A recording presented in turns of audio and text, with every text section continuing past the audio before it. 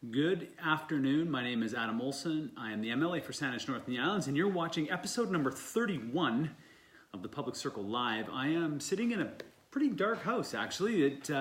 Getting set up here. The sun has gone down, and not as much light as I'm getting from the outside here. Anyway, welcome to the Pubic Circle Live, and thank you very much for joining me this afternoon.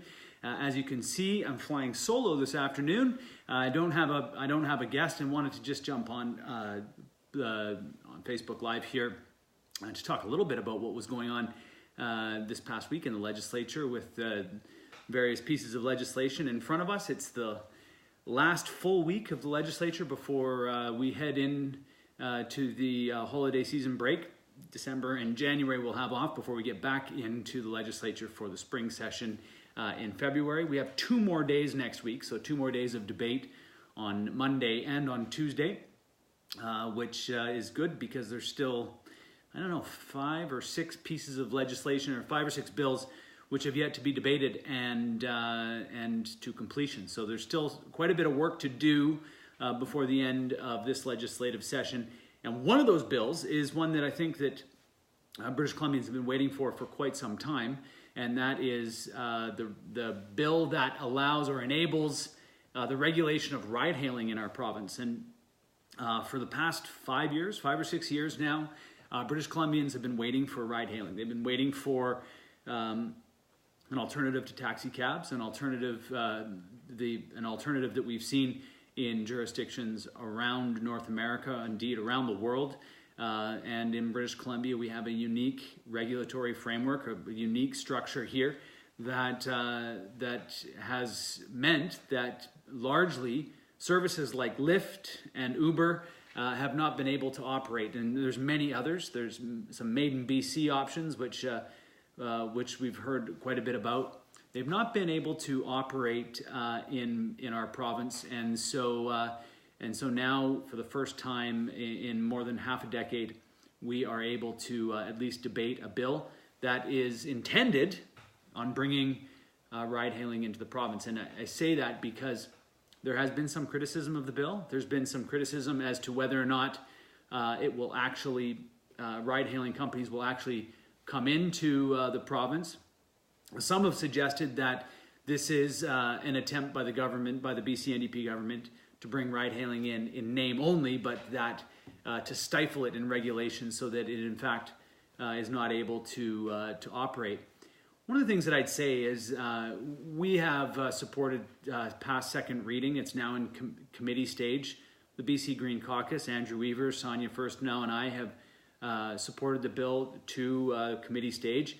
And I spent quite a bit of time in the legislature yesterday debating this legislation with my colleagues in the official opposition and the government, asking questions about what's in the bill and what may not be in the bill. And clearly what we're seeing now is that there is some differences of opinion in how we should approach this. And let's be clear. The BC Liberals had the opportunity for 5 years to bring this legislation into reality, that under their watch they could have made ride-hailing an option for British Columbians, but they chose not to. For whatever reason, the former Premier Christy Clark decided that British Columbians were not going to get ride-hailing services. And I can't tell you what went on behind the scenes in terms of why it was that this legislation hasn't already been passed and why the services aren't available to British Columbians for this holiday season, but they're not. And so now we are debating this legislation today. The approach that the BC Liberals are taking on this bill is one of complete, wide open deregulation. And it's one in which I and my colleagues are not comfortable with. On the other hand, and I can get into that in a minute, but on the other hand, the approach that the BC NDP government has taken is one of pretty tight regulation. And so the job that we're doing and the job that I'm doing as the critic on this file is I'm trying to thread the needle. I'm trying to find the common middle ground between wide open deregulated environment as such other jurisdictions that didn't have any regulatory environment and that these companies operated in are finding that there does in fact need to be some regulation, and regulation is a good thing for passenger safety and for other aspects of the industry. But we also have to recognize that it's not going to work if it's a completely stifled, regulated environment either. That part of the pure nature of the disruptive technology of ride hailing is the fact that there's price surging, that there is that it's a completely different economic model than the taxi industry works under. And so we have to find the middle of the road. We have to find the common ground, and it's one that that I believe that we can at least establish the framework. Much of this legislation, and let's be honest, is an enabling legislation that allows the government to create an industry in regulation. And so part of the challenge is in this environment is that if we support the bill, then it leaves it and puts it in the hands of the government to deal with the regulation. And so we need to find a way to ensure that it's not entirely regulated, but that it's also not wide open in a completely deregulated environment.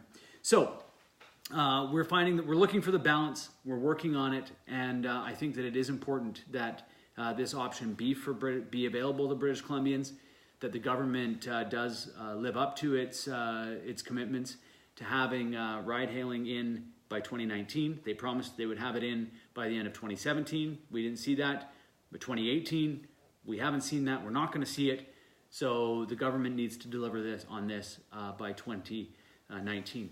Another piece of legislation that we're dealing with in the legislature is the Agricultural Land Reserve Amendment Act. This is a bill that I thought was going to be debated this week. It's not been debated so far this week. We've got past second reading. We're now waiting for it to get to committee stage. There has been some controversy. I admit that there has been some controversy, some pushback about the house size regulation, about limiting the ability to build unlimited sized houses on agricultural land. This is an issue that the BC Green Caucus has long wanted to limit the speculation by limiting the size of houses on the Agricultural Land Reserve. And I want to be clear, this isn't entirely limiting it. If an application is made to the municipality and then to the Agricultural Land Reserve, that was Ella, who just ran by in the darkness behind me. My family's home now. There is, by way of application, an opportunity to increase the size of a home. So this is one aspect of the bill which I think is much needed in this province, and it doesn't lack in controversy, but it's one in which I think we need to move. On. The other aspect of this bill, which I think is incredibly important, is one in which we struggled with. We struggled with large house sizes and the speculation on agricultural land in Central Saanich when I was a councillor there. But as well, that's Silas. You can see him. But as well, we struggled with the soil deposit and removal bylaw, and soil deposits and removal, and the dumping of development fill on agricultural land was a challenge in the district of Central Saanich. It's indeed a problem right across the province. And so this is another aspect of the Agricultural Land Reserve Amendment Act, or Agricultural Land Commission Amendment Act, that is being dealt with in this bill, and that is the regulation of soil deposits and fill on agricultural land. These are both issues that are long needed, and I look forward to the opportunity to complete the debate of this bill before the end of the session, which means we're going to have to get to it next week, because we are done by Wednesday of next week, and I think that having this part of the bill done allows us to be able to then move on from that and start to deal with some of the other aspects of the Agricultural Land Reserve. Primarily one of the arguments that was made from the official opposition against this bill was that it's only dealing with the land aspect of agriculture. And to that, I would say, Yeah, that's the point of the Agricultural Land Reserve, is it deals with the protection of agricultural land for production. And it doesn't necessarily, although part of the Agricultural Land Commission Act is the business of farming, it's going to be up to the government to start to deal with some of the business aspects of farming. Farming is a business, and it's important that we treat it as such. It's not a romantic endeavor. It's one in which it requires an awful lot of hard work. It requires an awful lot of effort, and we must recognize it for that.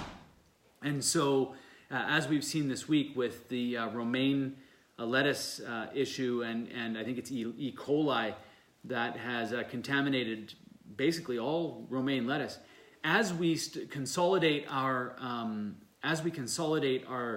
the growing of our vegetables into certain areas in North America, primarily in California and other areas, and we sole source it, we single source it to those areas, we become vulnerable, and our food systems become vulnerable, and a whole pile of waste because we rely on one area. And if that food source becomes contaminated, that becomes a big problem. And so this, I think, is a strong argument that we need to make around fragmenting our food production so that we have capacity in our province in British Columbia to grow food, to have food producing land, which is what the Agricultural Land Reserve does and the Agricultural Land Commission does, but also to take a look at the business of farming. And to that, and to food, it was awesome to be able to participate today in the Good Food Summit at the University of Victoria. I had the opportunity to talk about fish and salmon, and just yesterday I had the opportunity to stand for the final time this session and this year in 2018 and talk about salmon. The first full calendar year in the legislature has been a really amazing experience, and one which I'll cherish for my whole life and look forward to the next calendar year. But had the opportunity to stand for the last time and speak to salmon, speak to the issues of salmon in our province and to the work that's been done. And so that had the opportunity today at the Good Food Summit at the University of Victoria to talk about fish on a panel with a few other folks, and had the opportunity to celebrate the work that's been done, and as well really connect with people about the importance of fish and of salmon and of seafood to the BC economy, but also to the bellies and to the nourishment of British Columbians. What's going on, Ella Rose? Do you want to come say hi? No? She doesn't want to come say hi. She's no, there she is. You're not really that shy. So want to tell people how you doing? Yeah. Say hello. Hello. Hello. Who are you? Ella. You're Ella. So Ella, what's happening today? What'd you do today? I don't know. Did you go to school today? No. No, you did not go to school today. Why didn't you go to school today? Because it was a Pro D day. It was a Pro D day. Where do you go to school, Ella? Come on, tell people where you go to school. No? Ella goes to the Clewinook School on West Saanich Road, and she is in the St. Jonathan Immersion Program, aren't you? Yes, you are.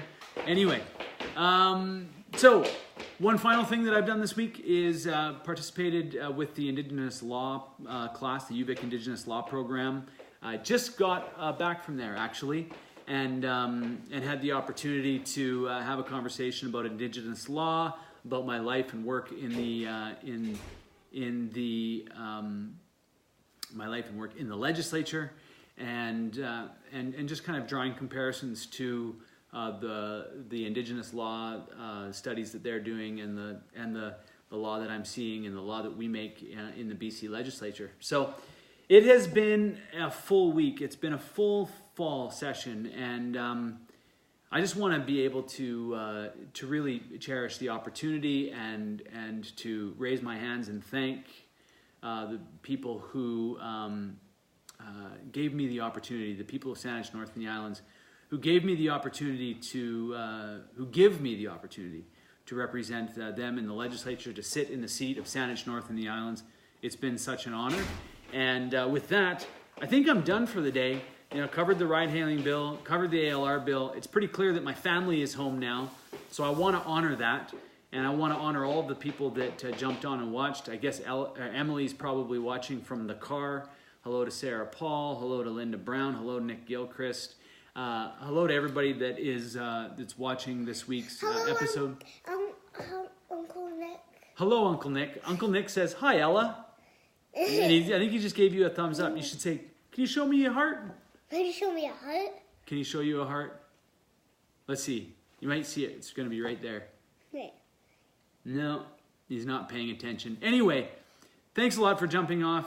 Oh, and Silas. We don't know where Silas is. He's around here somewhere. Thank you so much for jumping on with me this afternoon. We'll be back again next week on Friday at 4:30, like we are every week on Facebook Live, where we'll be talking about the issues. I'll be talking about the First Nations Leadership Gathering, which the government's invited me to. So there's a lot going on. Certainly looking forward to December, where we can take some time and relax and celebrate our families and celebrate our communities. And I raise my hands to all of you. Thank you for joining me this afternoon. So until next time, Hayekwa.